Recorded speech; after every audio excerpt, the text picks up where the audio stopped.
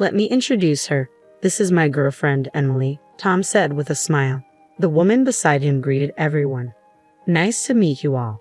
Your girlfriend? I was in shock. Tom casually responded. Oh right, I haven't told you. I'm going to marry Emily, so I want a divorce. What? I was too stunned to speak. Tom continued. I realized my parents were right.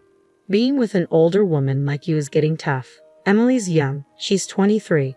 New houses and women are always better, right? Emily nodded in agreement.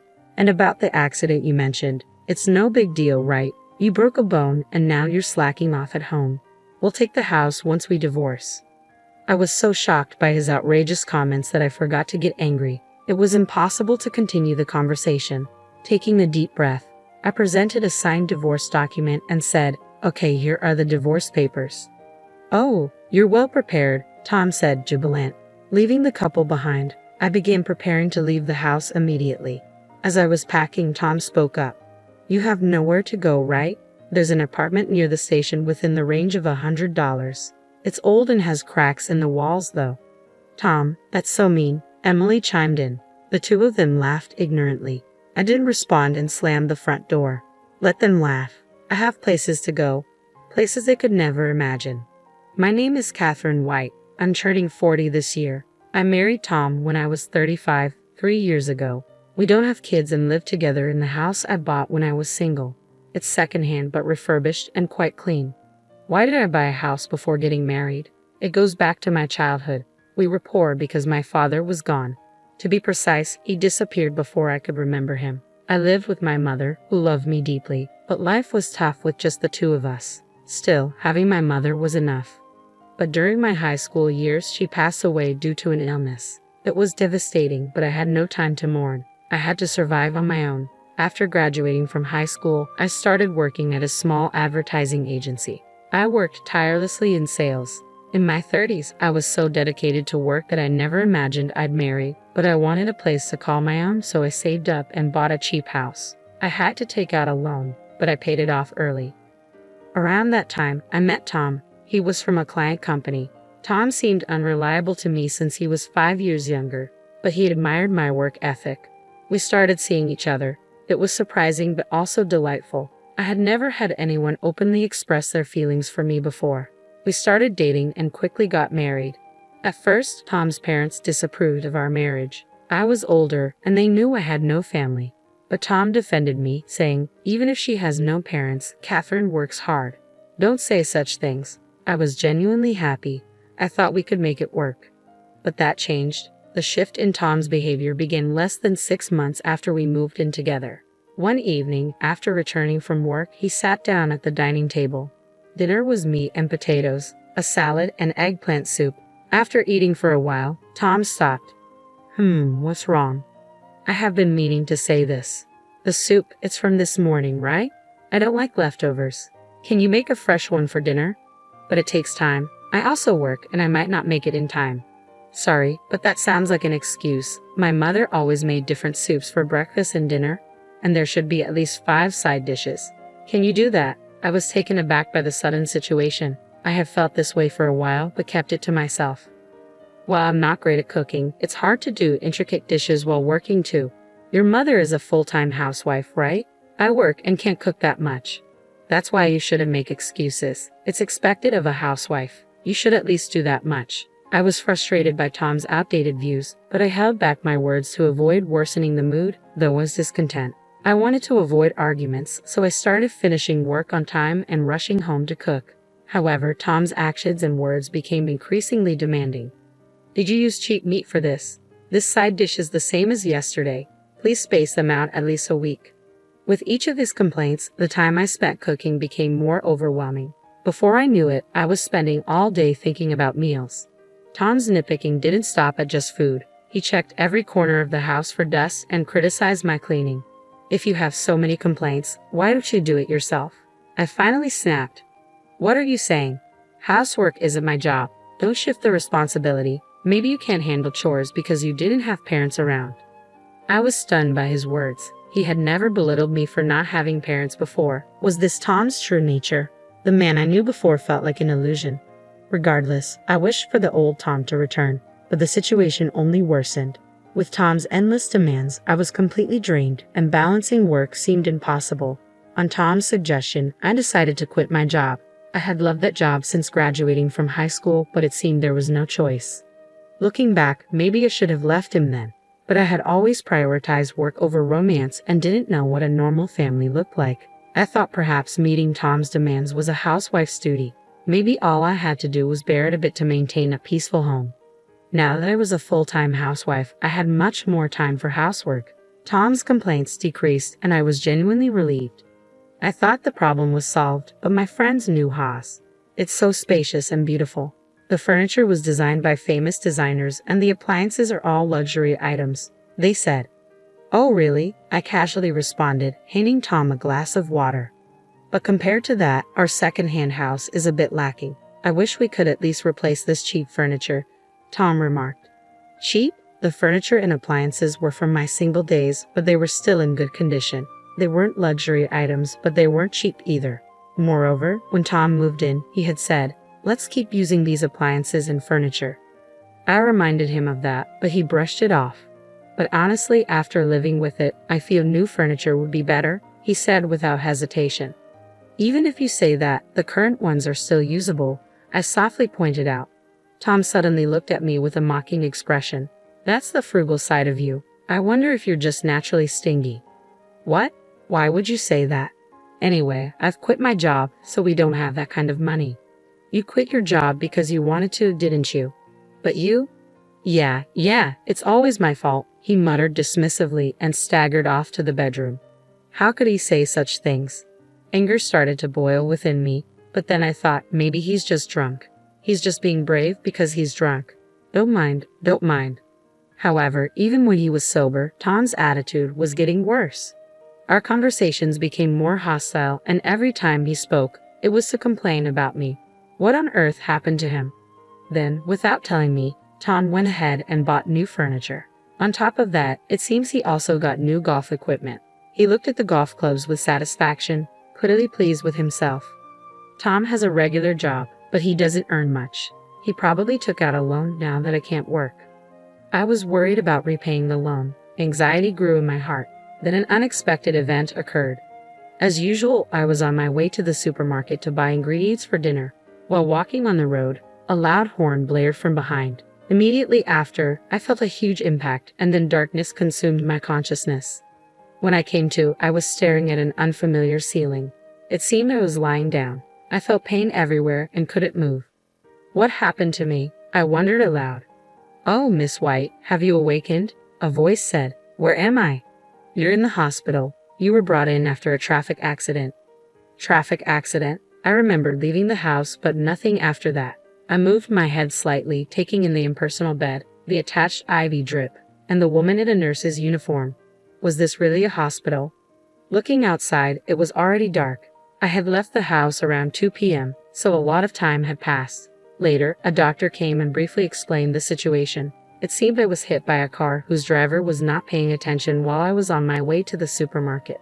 I didn't have life-threatening injuries, but I had several fractures and needed to be hospitalized for a while. I never imagined being in a traffic accident. After receiving an explanation about the hospitalization, the nurse spoke up. We've contacted your husband. From her hesitant expression, I had a bad premonition. I immediately called Tom. Hello, Tom. Yeah, Catherine. I got a call from the hospital. You had an accident. You're so clumsy. Come home quickly and make dinner. What? I'm going to be hospitalized from now on.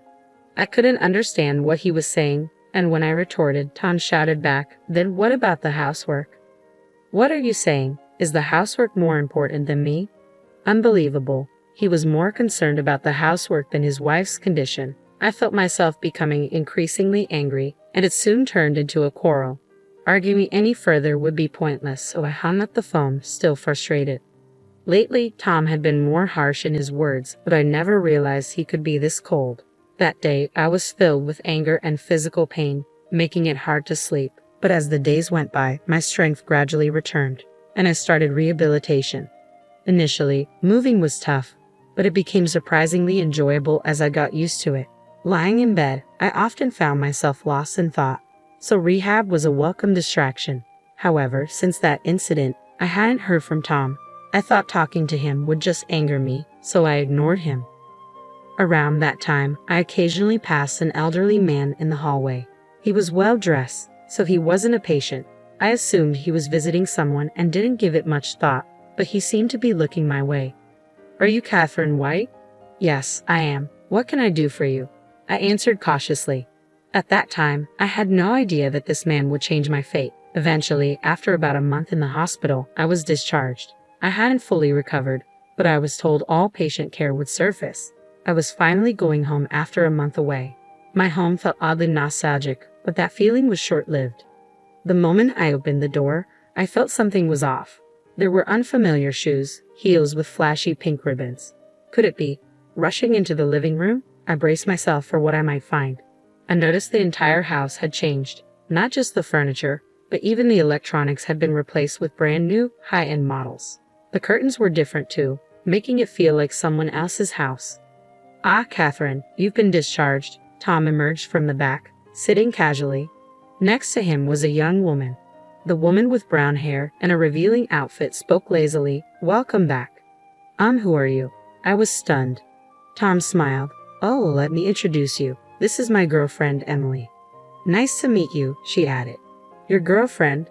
"Yeah, I guess I never mentioned it. I am planning to marry Emily, so I want a divorce." "What?" I was at a loss for words. I've come to realize that what my parents said was right. Without proper parents, you can't manage household chores or finances properly. I thought you being older would be reliable, but living with an aunt has become tough. Emily's young, just 23. New homes and women are always better, right? Right. Emily tilted her head in agreement. "And that accident of yours wasn't a big deal, right? Breaking a bone and then slacking on housework deserves a divorce. We'll be taking the house, by the way." Such outrageous statements left me too stunned to even get angry. Don't get me wrong, we're planning to buy a new house eventually, but this place is just a temporary one until then. When they say something as unreasonable as this, I'll lose all desire to even converse with them. The old Tom is gone. I've come to think of him as a monster, not a human with whom I can communicate. I shouldn't fight on the same level with them. I took a deep breath and presented a document. "Okay, here are the divorce papers." "Oh, you're well prepared." I had already signed the divorce papers in advance, considering the recent strange atmosphere. I thought this choice might come up eventually, so I quickly started packing my things. I needed to prepare to leave the house. As I was busy, Tom spoke to me. "You don't have anywhere to go, right? There's an apartment near the station that rents for $100. It's run down and has cracks in the walls, though." "Tom, that's so mean," Emily chimed in. Ignoring their mocking laughter, I slammed the front door with force. I took a moment to look back at the house, my castle that I worked hard to buy. Today is the last day I'll see it, but I had no regrets. I had a place to go. A week later, while relaxing in my new place, the doorbell rang loudly. Checking the monitor, I saw it was Tom and Emily. Ignoring them, I heard them shouting my name. Their frenzied state made me want to laugh. After observing for a while, I spoke over the intercom. "What do you want? Why are you living in such a mansion?" Tom asked. The mansion he referred to was where I currently lived.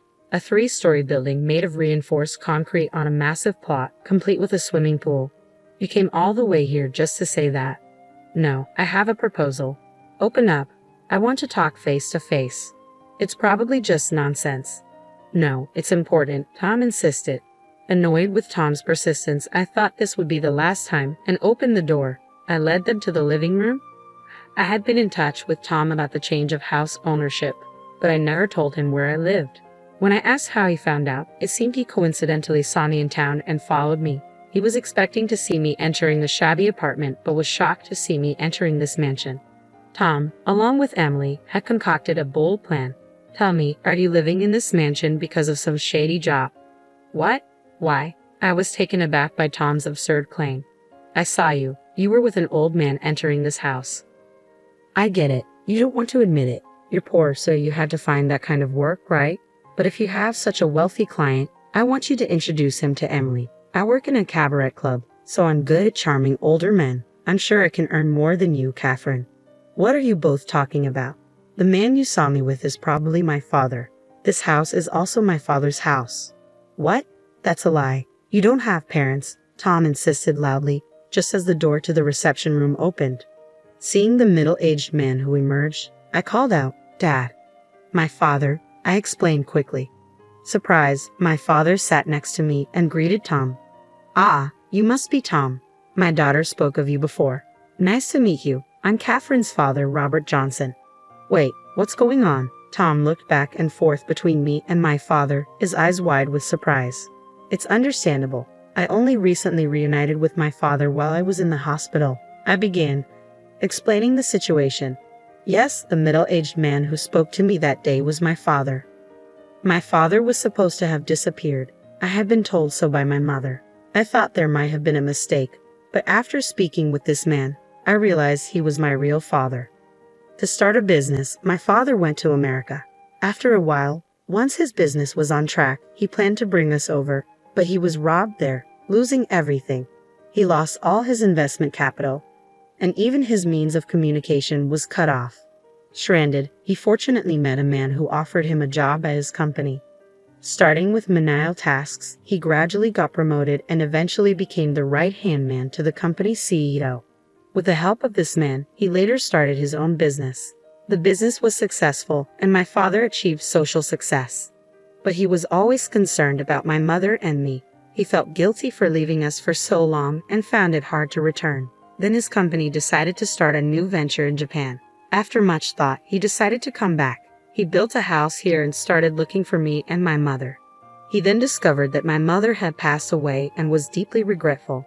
If only he had come back sooner. Wishing to see me as soon as possible, he visited me in the hospital.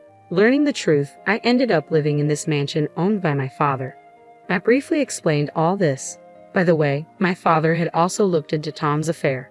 After occasional golfing outings, Tom would go to a hostess club where he met Emily. "So, this is my family home. Understand, I never heard about you having a rich father all of a sudden," Tom murmured in a big voice. "So, if you have so much money, will you come to the club where I work?" Emily quickly tried to hand her business card to my father. True to the type of woman Tom would choose, she was incredibly bold. But my father stopped her immediately. "I'm sorry, but I make it a point not to visit cheap imitation bars." "What?" Emily was speechless. My father frequented some establishments for work, but only the finest, high-end places. He would never go to a cheap club like where Emily works. "Besides, I don't have money. Catherine inherited everything already." To the puzzled expressions of Tom and Emily, my father casually replied, "Around $800 million. It's the least I can do to make up for leaving her alone all this time." The two of them were dumbfounded, their mouths agape. "I've heard about you from Catherine, especially your insults," my father continued. "She worked hard, scrimping and saving from her meager salary to buy that house. She also did her best with household chores. Having no mother, she probably didn't get a chance to learn from anyone, yet you disparaged her and trampled on her feelings. I can't forgive you, especially when you cheated on her while you were married. If it comes to that, I can sue you."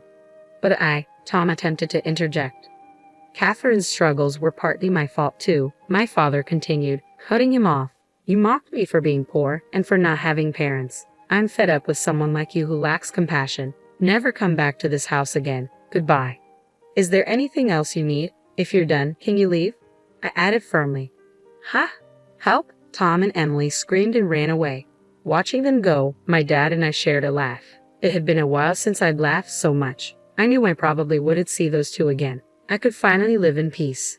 Later, I found out about their subsequent misfortune. A typhoon hit the region where Tom and Emily lived, bringing heavy rain that flooded houses near overflowing rivers. Fortunately, my area wasn't affected, but their house suffered severe damage.